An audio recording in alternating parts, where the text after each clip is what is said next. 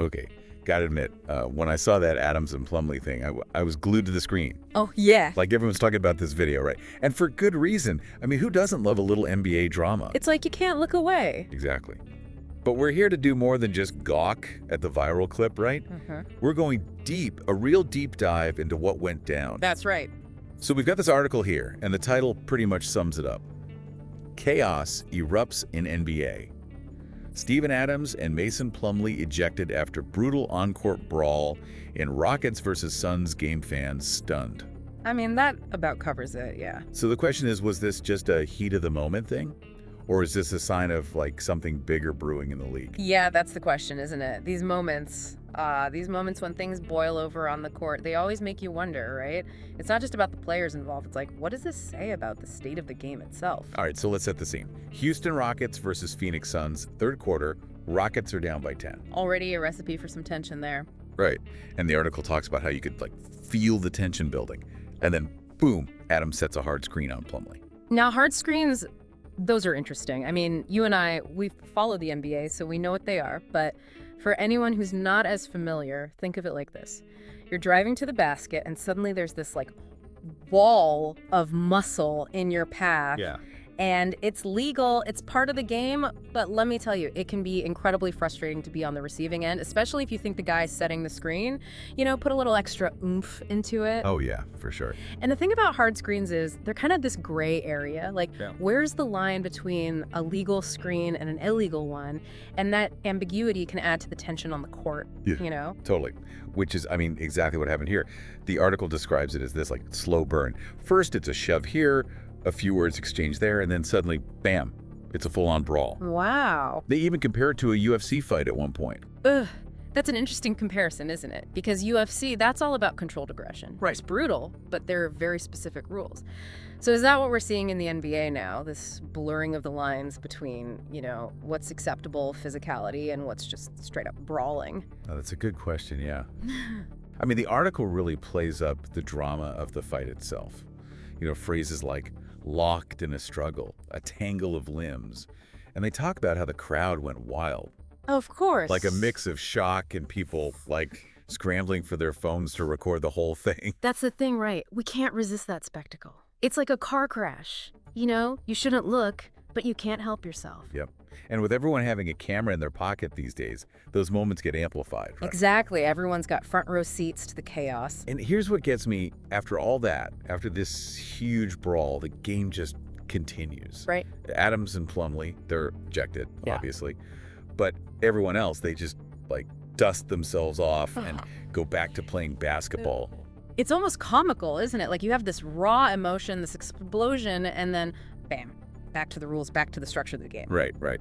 Okay, so we've set the scene. Now let's dig into the players themselves, starting with Steven Adams. The article paints him as, you know, this enforcer, known for his physicality. Oh, yeah. But is that really the whole story? Adams, he's a fascinating case, right? Because he represents that old school NBA toughness, but he's got this genuine backstory. We did a little digging, and the guy's life story, it's like straight out of a movie, you know? One of 13 siblings, grew up in New Zealand, had a tough upbringing, lost his father at a young age. 13 siblings, wow. At 13. Talk about a training ground for learning how to hold your own, right? No kidding. And there's this quote from Adams where he's talking about his childhood, and he says, growing up with so many siblings, you learn to get up again and again no matter how hard you get knocked down. And that resilience, you know, you can see it in the way he plays. So are we seeing that in this brawl? Mm-hmm. Is this just Adams being Adams? Or has he, like, crossed a line? That's the question, isn't it? Is this just him playing his style of basketball?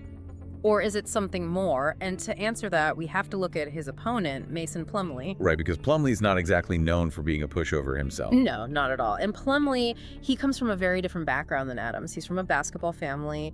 Both his brothers played in college. One even made it to the NBA. Oh, wow. Yeah, so there's this sense that Plumlee, he's almost NBA royalty, right? While Adams, he's more like the self-made bruiser who, like, clawed his way up from a completely different world. So you've got this, like, clash of styles, clash of backgrounds, and it all explodes in this crazy moment.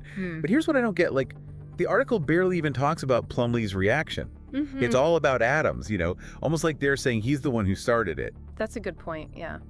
And it makes you think, right, are we too quick to judge? I mean, as fans, as commentators, we see a guy like Adams, we know his style of play, and we just assume, oh, he must be the troublemaker. Yeah, like we expected from him. Exactly. But Plumlee got that hard screen. He's the one who ended up tangled up with Adams, and we barely hear his side of the story. Right. Like, we need to understand what was going through his head if we're going to figure out if this was just, one-time thing or something more. Absolutely. And this isn't new, right? I mean, if you look back at the history of the NBA, there's always been this tension between playing tough and, like, crossing the line into real violence. Right. And the league's always trying to figure out where that line is, and it hasn't always been clear. You told me to do some digging on old NBA brawls, and wow, talk about a trip down memory lane. Oh, yeah. I mean, back in the 70s and 80s, it was a different world. Like, guys like Bill Laimbeer, Charles Oakley, they were almost famous for being enforcers, for how physical they played. Yeah. It was almost like a badge of honor back then, right? To be the guy who wasn't afraid to throw a punch. And the fans, they loved it. Yeah, it was part of the show. Exactly. It was exciting, these huge personalities going at it. But then things changed, right? The NBA started cracking down on fighting, cleaning up its image. Was that just about, like, appealing to a wider audience?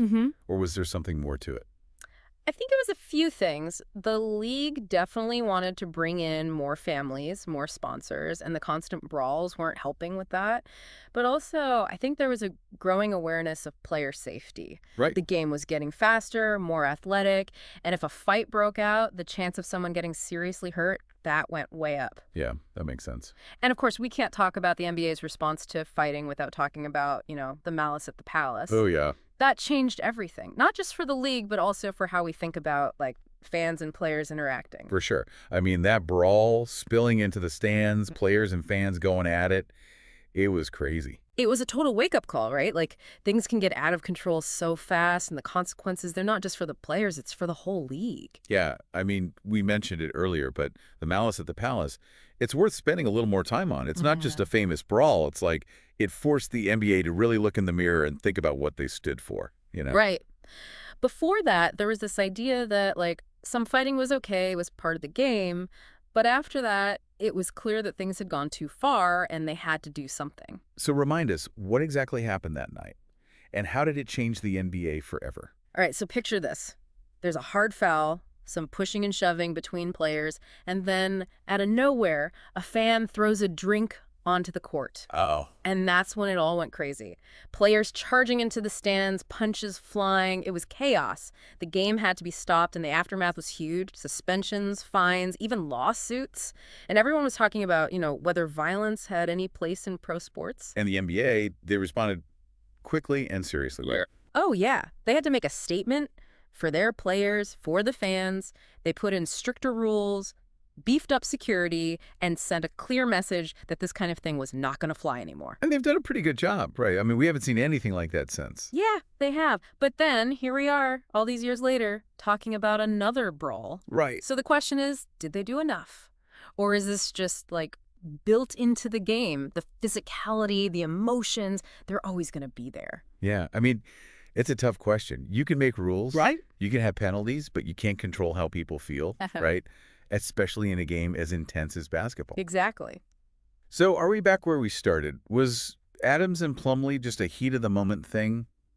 Or is there something bigger going on in the NBA? Right. And to really answer that, I think we have to look past the fight itself. The article, it focuses on the drama, the spectacle, but it doesn't really dig into what was happening in the game, the pressure these guys were under, the personalities involved. Okay, so let's do that then. Let's go deeper. We've talked about NBA history, about the league trying to control these things, but now let's get back to Adams and Plumlee. Yeah, let's focus on them. Because at the end of the day, it's about these two guys, right? Two human beings, each with their own story, their own reasons for being there on the court. Exactly. This isn't just about a fight. It's about them. It's easy to get caught up in the whole NBA thing, right? Yeah. The league, the rules, all that. Yeah. But it's the players who make it real, The ones out there on the court, the ones with the stories. Right, exactly. We can talk about the institution all day long, but this brawl, this is about two guys, two human beings. Yeah, and we talked about Adams' background earlier, right? One of 13 siblings, that tough childhood in New Zealand. Seems like he had to fight for everything he's got, and you see that in how he plays. Yeah, there's this quote from him talking about growing up. He says something like, Growing up with so many siblings, you learn to bounce back quickly, you get knocked down, you get back up, you keep going. And I think that really comes through in his game. So is that what we're seeing here? Is this just Adams being Adams?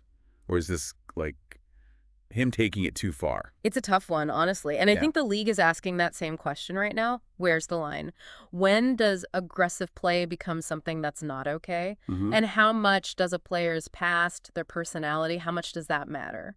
Yeah, it's almost like with a guy like Adams, we expect him to get into it eventually, right? But then you have Plumlee, who comes from a totally different world, Right. a basketball family, known for being a good teammate, a hard worker, and suddenly he's in the middle of this brawl. Plumlee's reaction is really interesting to me. The article doesn't say much about him, like he's just there. Yeah. But he's the one who got that hard screen. He's the one who tangled with Adam. So what was he thinking? What made him snap? Maybe it was just the game, you know? They were losing, things were getting tense. Yeah, that's possible. Or maybe there's something about Adams' reputation that just set Plumlee off.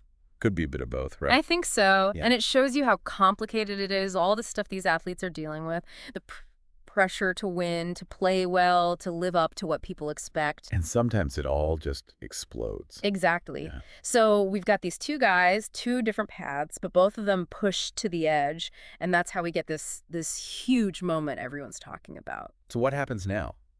What are the consequences for these guys? Well, in the short term, probably fines, suspensions, maybe they miss some games. But the bigger question is, what about their reputations, their careers? Right. Will this be the thing everyone remembers about them? Will teams be afraid to sign a guy who's known for brawling? That's definitely a possibility, and I think both Adams and Plumlee are going to have to think about that. They have to show they're sorry, that they get it, that they can control themselves. So this is like a turning point for them. Yeah, I think so. It could define them, or they could use it to grow, to show that they're more than just this one bad moment. And it's not just about basketball, right? It's about who they are. Exactly. So we started asking, was this fight just a random thing, or is there a problem with the NBA? And I think the answer is somewhere in the middle. Yeah, it's complicated. It's about these two guys, but it's also about the league, the history, and, yeah, the pressures of the game. And the NBA has tried to stop these things from happening, but... You can't control everything. Right. Yeah. Yep. So I guess it comes down to the players to find that balance between playing hard and playing fair. Well, I think we've covered a lot of ground here. This brawl, it's more than just a fight. It's a whole story. Yeah, we've talked about the history, the psychology, all the stuff behind the headlines. And we've seen how something like this can make us think about, the bigger picture of sports violence and competition. So listeners, we want to hear from you. What do you think about all this? Share your thoughts online using hashtag #DeepDiveInNBABrawl. Keep the conversation going. And that's it for us this week. Thanks for joining us on this deep dive, See you next time. when we'll be exploring another story, uncovering all those surprising details one by one.